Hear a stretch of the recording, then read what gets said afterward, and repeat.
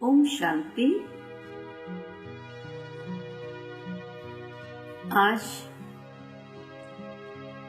आध्यात्मिकता का प्रथम सत्र, स्वयं की पहचान। आइए खुद का खुद से परिचय करें। श्रीमद् भगवद गीता के अंदर भगवान ने अर्जुन को सर्वश्रेष्ठ योग सिखाया, जहां हर अध्याय योग है। योग को आज मनुष्य ने बहुत स्थूलता में ले लिया है या बाह्य स्वरूप से उसको अपना लिया है, लेकिन वास्तव में योग का संबंध आंतरिक चेतना के साथ है। उस चेतना को जागृत करने के लिए स्वयं को जानना अति आवश्यक है। बाह्य स्वरूप से व्यक्ति अपने आप को बहुत अच्छे से जानता है, लेकिन उसके बावजूद भी ये प्रश्न है, know thyself, realize thyself, कि व्यक्ति की वास्तविकता क्या है। ये बाह्य परिचय मिलने से पहले भी हम थे, तो वो कौन सी शक्ति है। हर भारतवासी इतना तो जरूर जानते हैं कि शरीर को चलाने वाली एक चैतन्य शक्ति है, जो अजर अमर अविनाशी है, शाश्वत है, जिसको किसी ने आत्मा कहा, सोल कहा, रूह कहा, शक्ति कहा। लेकिन उसके बावजूद भी जब ये कहा जाता है कि नो दाई सेल्फ, अपने आप को जानो, तो क्या जानना है। और सबसे बड़ी बात तो ये है कि उसको जान करके फायदा क्या, प्राप्ति क्या। आत्मा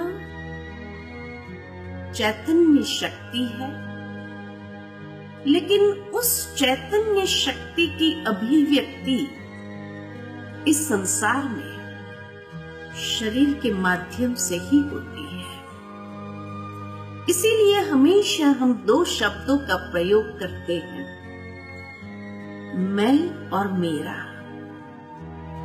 मेरा हाथ, मेरा सर, मेरे पैर, लेकिन ये मेरा कहने वाली मैं कौन? मैं वो चैतन्य शक्ति आत्मा हूं।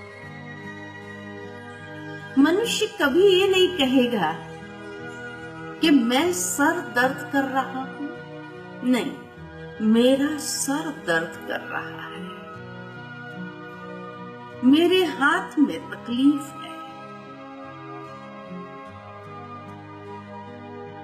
मैं वो चैतन्य शक्ति हूं। इस अंतर को जब हम समझ लेते हैं और उस वास्तविकता में अपने आप को स्थित करने लगते हैं, जिसको गीता में कहा आत्म भाव में स्थित हो जा। हे अर्जुन, हर एक को भी आत्म रूप से देखो, लेकिन अगर मैं खुद आत्म भाव में स्थित होती हूं, तभी तो मैं दूसरों को भी आत्म स्वरूप से देख सकती हूँ और ये महसूस करती हूँ कि ये भी एक आत्मा है। तो अनेक प्रकार के ऊंच नीच, काले गोरे का भाव जो है वो समाप्त हो जाता है, क्योंकि मेरी दृष्टि में परिवर्तन आ जाता कि ये भी एक आत्मा है। आत्मिक भाव को विकसित कर सकते हैं। वो आत्मा की वास्तविकता क्या है? जैसे ही ये अज्ञान दूर होता है,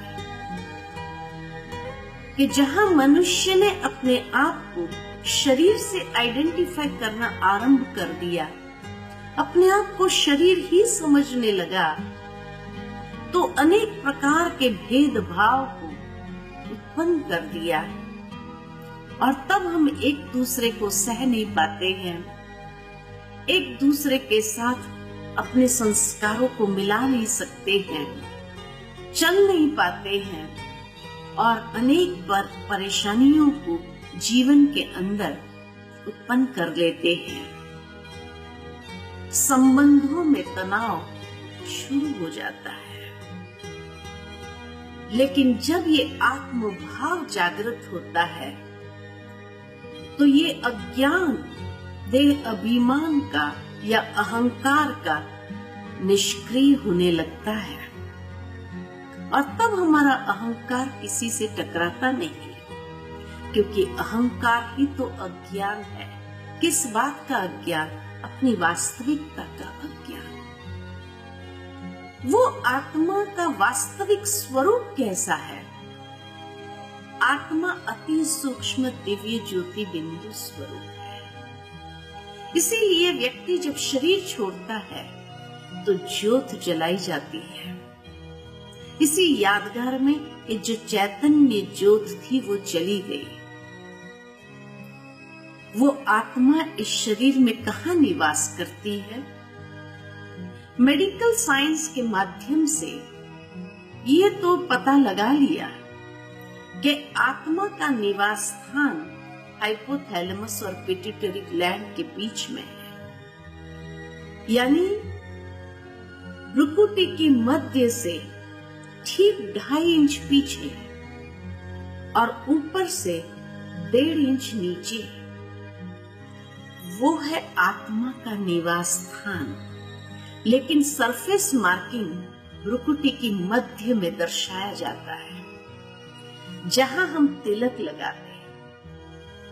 मंदिर में जाते हैं तो एक प्रथा है कि चमड़े की चीज को बाहर उतारो, अंदर जाकर तिलक लगाओ और उसके बाद भगवान की मूर्ति के सामने जाकर के हाथ जोड़ करके नमन करते हैं। लेकिन इस बात के रहस्य को अगर समझा जाए कि चमड़े की चीज को बाहर उतारना अर्थात ये देह भी एक चमड़ा है। जिस चमड़े का व्यक्ति अहंकार करता है, अभिमान दर्शाता है, वास्तव में उतारना है तो अहंकार के चमड़े को बाहर उतार दो। जिस बात का मनुष्य गर्व करता है, अभिमान करता है, जब भगवान के द्वार में जाओ तो कम से कम उस अभिमान अहंकार को बाहर उतारो। उसके बाद तिलक लगाया, यानी स्वयं को आत्मभाव में स्थित करो और फिर भगवान की मूर्ति के सामने जाकर हाथ जोड़ करके नमन करो। यानी मैं फलाना फलाना नहीं, मैं चैतन्य शक्ति आत्मा, परमात्मा की संतान, परमात्मा को नमन करती हूँ। कितना ऊंचा भाव है। लेकिन शायद ही इस भाव से कोई मंदिर में जाता होगा। वो आत्मा की वास्तविकता कि आत्मा सतो गुणी है। सतो गुणी यानी द एसेंस ऑफ 7 वैल्यूज। आत्मा 7 गुणों का स्वरूप है। वो 7 गुण कौन से हैं जिसकी चाहना हर इंसान रखता है? शांति, सुख, आनंद, प्रेम, ये आत्मा की चाहना है। लेकिन वास्तव में ये हमारी वास्तविकता है, इसीलिए हमारी चाहना है। जिस तरह हर चीज का अपना एक गुण धर्म है। पानी का गुण धर्म शीतलता है, आग का गुण धर्म गर्मी है, तो आत्मा का गुण धर्म 7 गुण है। उसमें सर्वप्रथम आध्यात्मिक ज्ञान है, यानी समझ। उसके साथ साथ दूसरा है पवित्रता। हर इंसान जब इस संसार में आता है तो कितना प्योर एंड इनोसेंट होता है। एक बच्चा जब जन्म लेता है तो कितना इनोसेंट है, पवित्र है। ये उसकी वास्तविकता है। जहां समझ है, पवित्र भावनाएं हैं, उसी संबंध में प्रेम पनप सकता है। तो तीसरा गुण आत्मा का प्रेम स्वरूप है। जहां ये तीनों है वहां शांति है। शांति हमारा गुण धर्म है। और जहां ये चारों बातें हैं वहां जीवन में सच्चा सुख है। इसीलिए आत्मा सुख स्वरूप है। और जहां ये पांचों बातें हैं वहां जीवन की सर्वोच्च प्राप्ति आनंद है। तभी आत्मा को कहा जाता है कि आत्मा सत चित आनंद स्वरूप है। सत्य स्वरूप उसका यही है। 7 गुण, चैतन्यता की अभिव्यक्ति और उसमें भी आनंद की अभिव्यक्ति जब ये गुण स्वरूप है तब। और जहां ये 6 बातें हैं वहां आत्मशक्ति, विल पावर है। क्योंकि ये 7 गुण सिर्फ गुण नहीं, शक्ति है। ज्ञान की शक्ति, पवित्रता की शक्ति, प्रेम की शक्ति, शांति की शक्ति, ये सब शक्ति है। तो आत्मा चैतन्य शक्ति है। तो ये 7 उसके गुण धर्म, उसकी वास्तविकता है। लेकिन आज ये 7 गुणों से हम बहुत दूर हो गए हैं और 7 अवगुण आ गए हैं।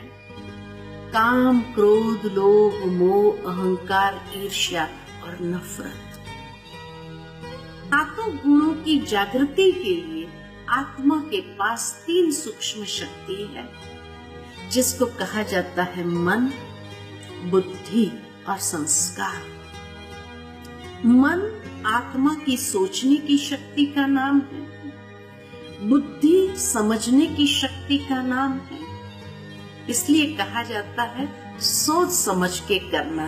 एक है सोचना, दूसरा है समझना और तीसरा कर्म में आना, जो आत्मा के ऊपर अपना प्रभाव छोड़ देता है, जिसको कहा जाता है संस्कार। तो ये मन, बुद्धि और संस्कार आत्मा के साथ शरीर में प्रवेश करते हैं और आत्मा के साथ ही इस शरीर से विदा लेते हैं। जिस तरह शरीर 5 तत्वों का पुतला है और इसीलिए 5 तत्व की पूर्ति के लिए 5 इंद्रियां हैं, इसी तरह ये 7 गुणों की पूर्ति के लिए आत्मा के पास भी मन, बुद्धि और संस्कार, जो आत्मा के ये 7 गुणों की शक्ति को चार्ज करते हैं। तो मन विचार जितने अच्छे रखेंगे उतनी बैटरी चार्ज होंगे, जितने विचार बुरे होंगे उतनी आत्मा की शक्ति क्षीण होंगी। बुद्धि यथार्थ तभी समझ सकती है जब विचार अच्छे होते हैं और तब व्यक्ति के संस्कार भी श्रेष्ठ होते हैं। तो ये है आत्मा की वास्तविकता। ओम शांति।